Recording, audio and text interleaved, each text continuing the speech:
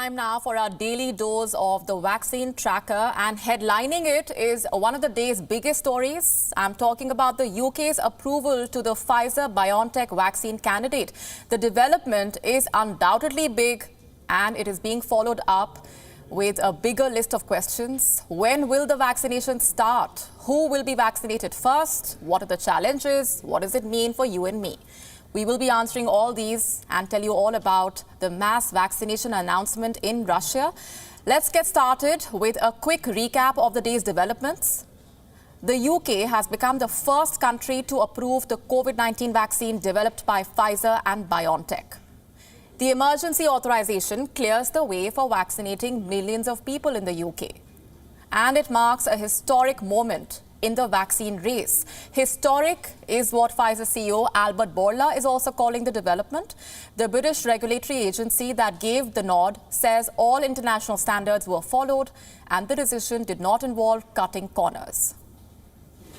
The MHRA's recommendation has been reached following an extremely thorough and scientifically rigorous review of all the evidence of safety, of effectiveness and of quality of the Pfizer-BioNTech vaccine.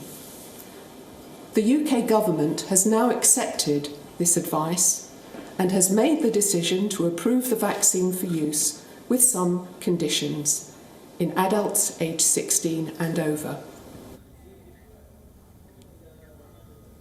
In a tweet, British Prime Minister Boris Johnson said that the vaccine will be available across the UK from next week.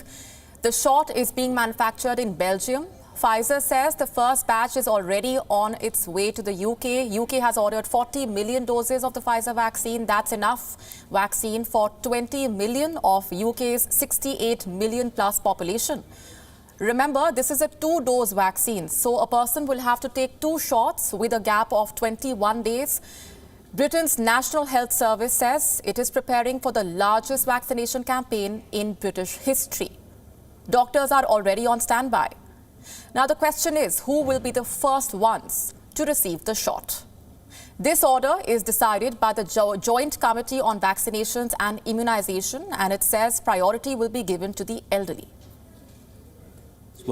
We hope that 90 to 99% of people who are at risk of dying from COVID-19 will be included or covered. The next part of the advice relates to implementation of the program. So who is covered under phase 1? Residents in care homes and their caretakers, people who are 80 years old and above, frontline health and social care workers. Next on the list are those who are 75 years old and over.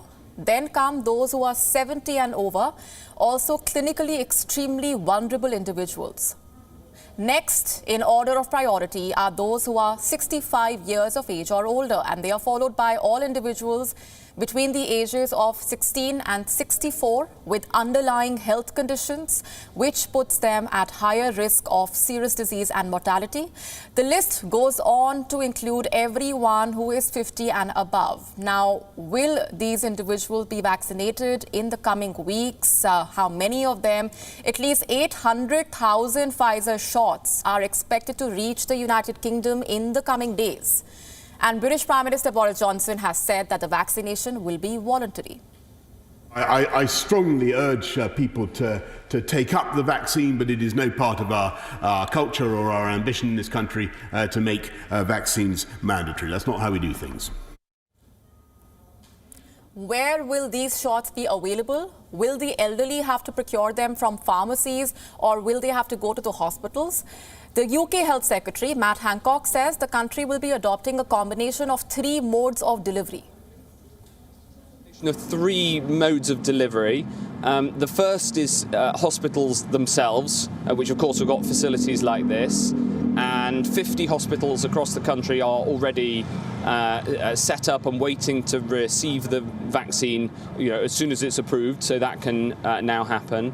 And then there'll also be vaccination centres, which will be, as you say, big centres where people can go to get vaccinated.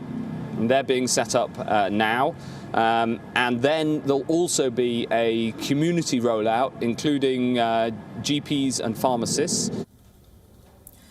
Pfizer and BioNTech say that their vaccine is 95% effective. But there is one thing that cannot be discounted. I'm talking about the temperature challenge, a crucial factor. The Pfizer vaccine needs to be stored at -70 to -80 degrees Celsius, and this temperature needs to be maintained during the shot's transportation and distribution. So this definitely will not be an easy task. So while a lot of us may not be watching this broadcast from the UK tonight or may not be included in phase 1 of the vaccination, overall, this is good news for all of us for the race to develop COVID-19 vaccines. This is the development that the entire world has been waiting for. Because as the UK gears up for what's being called its biggest vaccination drive, there will be lessons in it for the entire world. Countries will be watching every move closely in order to chalk out a foolproof blueprint of its own.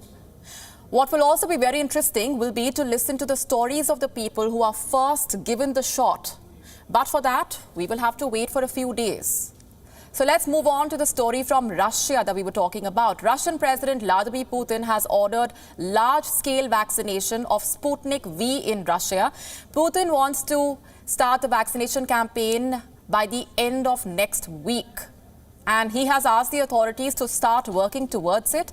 Russian authorities say Sputnik V is 95% effective as per the preliminary data. The shot was unveiled in August this year by Vladimir Putin.